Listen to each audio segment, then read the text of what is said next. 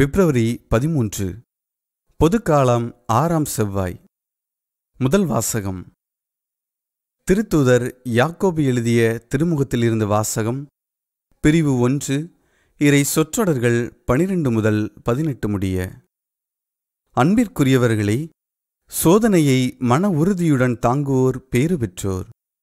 ஏனெனில் அவர்களது தகுதி மெய்ப்பிக்கப்படும்போது தம்மீது அன்பு கொள்வோருக்கு கடவுள் வாக்களித்த வாழ்வாகிய வெற்றி வகையினை அவர்கள் பெறுவார்கள்.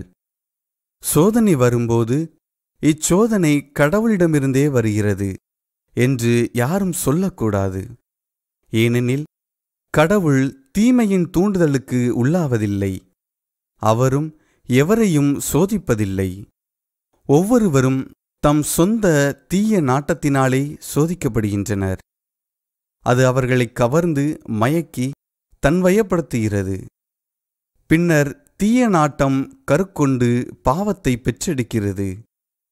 பாவம் முழு வளர்ச்சியடைந்து சாவை விளைவிக்கிறது. என் அன்பார்ந்த சகோதர சகோதரிகளே, ஏமாந்து போக வேண்டாம். நல்ல கொடைகள் அனைத்தும் நிறைவான வரம் எல்லாம் ஒளியின் பிறப்பிடமான விண்ணக தந்தையிடமிருந்தே வருகின்றன. அவரிடம் எவ்வகையான மாற்றமும் இல்லை. அவர் மாறிக்கொண்டிருக்கும் நிழல் அல்ல. தம் படைப்புகளுள் நாம் முதற்கனிகளாகும்படி உண்மையை அறிவிக்கும் வார்த்தையால் நம்மை ஈன்றெடுக்க அவர் விரும்பினார். ஆண்டவரின் அருள்வாக்கு. இறைவனுக்கு நன்றி. பதிலுரை பாடல். திருப்பாடல் 94, 12 முதல் 13, 14 முதல் 15 மற்றும் 18 முதல் 19. ஆண்டவரை, நீர் கண்டித்து பயிற்றுவிப்போர் பேறு பெற்றோர். ஆண்டவரை, நீர் கண்டித்து உம் திருச்சட்டத்தை பயிற்றுவிக்கும் மனிதர் பேறு பெற்றோர். அவர்களின் துன்ப நாள்களில் அவர்களுக்கு அனுமதி அளிப்பீர். பல்லவி. ஆண்டவரை, நீர் கண்டித்து பயிற்றுவிப்போர் பேறு பெற்றோர். ஆண்டவர் தம் மக்களை தள்ளிவிடார். தம் உரிமை சொத்தாம் அவர்களை கைவிடார். தீர்ப்பு வழங்கும் முறையில் மீண்டும் நீதி நிலவும். நேரிய மனதினர் அதன் வழி நடப்பர். பல்லவி. ஆண்டவரே, நீர் கண்டித்து பயிற்றுவிப்போர் பேறு பெற்றோர். என் அடி சறுக்குகின்றது என்று நான் சொன்னபோது, ஆண்டவரே, உமது பேரன்பு என்னை தாங்கிற்று. என் மனதில் கவலைகள் பெருகும்போது என் உள்ளத்தை உமது ஆறுதல் மகிழ்விக்கின்றது. பல்லவி. ஆண்டவரே, நீர் கண்டித்து பயிற்றுவிப்போர் பேறு பெற்றோர். நற்செய்தி வாசகம். மார்க்கு எழுதிய தூய நற்செய்தி அதிகாரம் 8, இறைவார்த்தைகள் 14 முதல் 21 முடிய. அக்காலத்தில் சீடர்கள் தங்களுக்கு தேவையான அப்பங்களை எடுத்து செல்ல மறந்துவிட்டார்கள். படகில் அவர்களிடம் ஓர் அப்பம் மட்டுமே இருந்தது. அப்பொழுது இயேசு, பரிசேயர், ஏரோதியர் ஆகியோரது புளிப்பு மாவை குறித்து மிகவும் கவனமாயிருங்கள் என்று அவர்களுக்கு கட்டளையிட்டார். அவர்களோ தங்களிடம் அப்பம் இல்லையே என்று ஒருவரோடு ஒருவர் பேசிக் கொண்டிருந்தார்கள். இதை அறிந்த இயேசு அவர்களை நோக்கி, நீங்கள் உங்களிடம் அப்பம் இல்லை என ஏன் பேசிக்கொள்கிறீர்கள்? இன்னுமா உணராமலும் புரிந்து கொள்ளாமலும் இருக்கிறீர்கள்? உங்கள் உள்ளம் மழுங்கியா போயிற்று? கண் இருந்தும் நீங்கள் காண்பதில்லையா?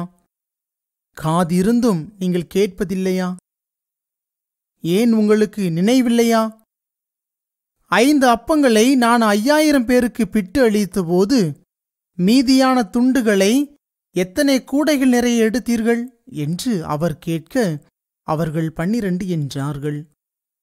7 அப்பங்களை நான் 4000 பேருக்கு பிட்டு அளித்தபோது மீதி துண்டுகளை எத்தனை கூடைகள் நிறைய எடுத்தீர்கள் என்று கேட்க, அவர்கள் 7 என்றார்கள். மேலும் அவர் அவர்களை நோக்கி, இன்னும் உங்களுக்கு புரியவில்லையா என்று கேட்டார். ஆண்டவரின் அருள் வாக்கு. கிறிஸ்துவே உமக்கு புகழ்.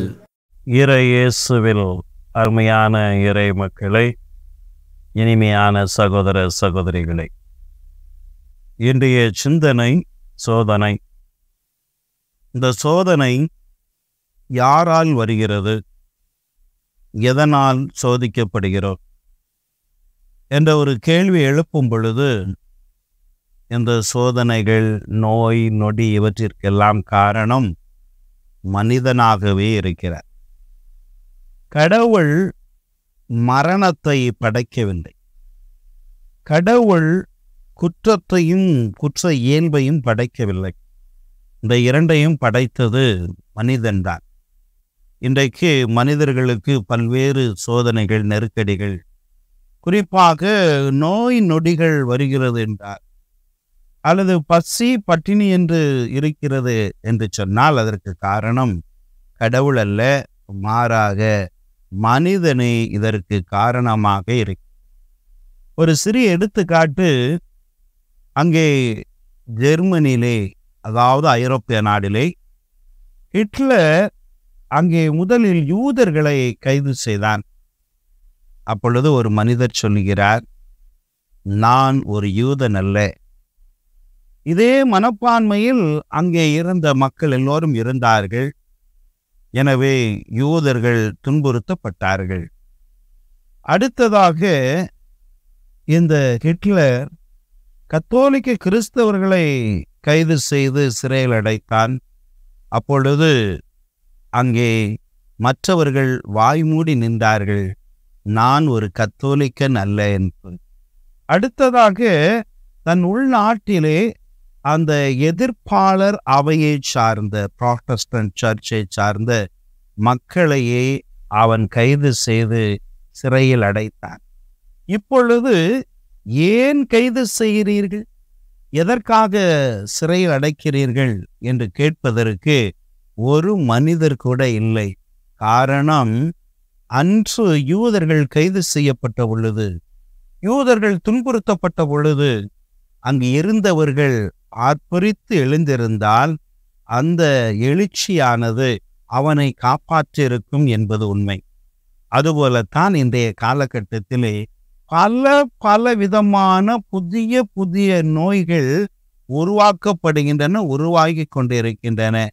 அதற்கு காரணம் என்ன என்று பார்ப்போம் என்று சொன்னால், இந்த உலகத்திலே தீய நாட்டங்கள், தன்னல நாட்டங்கள் அதிகரித்து கொண்டே இருக்கிறது.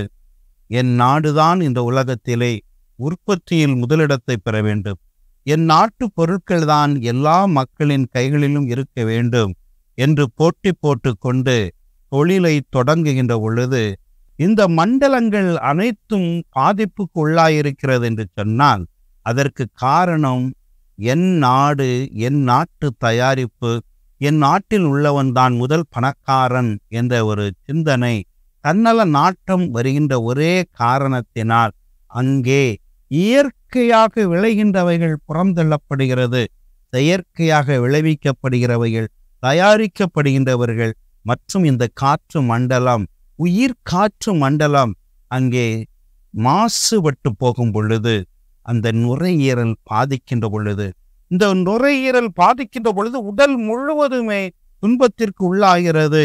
அங்கே மனிதன் சோதனைக்கு உட்படுத்தப்படுவதை பார்க்க முடிகிறது. அதே நேரத்திலே எனக்கு இறைவன் என்னோடு இருக்கிறார், நான் அவருக்குள் வாழ்கிறேன் என்று எந்த ஒரு மனிதன் அந்த போராட்ட குணத்தோடு உறுதியாக இருக்கிறானோ அவனை கண்டு இந்த மாசுபட்ட உலகானது அவனுக்கு மாறி செல்கின்ற ஒரு உலகாக இருப்பதை பார்க்க முடிகிறது. அதே நேரத்திலே நாம் பார்க்கணும், நம்முடைய வாழ்க்கையில் யோபுக்கு துன்பத்தை, சோதனையை சாத்தான் வழியாக அனுமதித்தது போல சில நேரங்களில் நாம் யார் என்பதை அறிவதற்காக இந்த துன்பங்கள், துயரங்கள் அனுமதிக்கப்படலாம். ஆனால் யோபு நிலைத்து நின்றது போல நாமும் நிலைத்து நிற்போம் என்று சொன்னால் நம் வாழ்வில் நம் மேல் எழுகின்ற சோதனைகள் எல்லாம் வெற்றியின் பூக்களாக மாறிவிடும் என்பது தெளிந்த ஒரு தெளிவாக இருக்கிறது. சிந்திப்போம். இறைவன் நம்மை ஆசிரால் நிரப்புவார். ஆமாம். அன்பின் இறைவா, இந்த உலகத்தை 12 மணி நேரங்கள் கதிரவனின் ஆட்சிக்கு உட்படுத்தி நல்ல ஒளியை தருகிறீர்.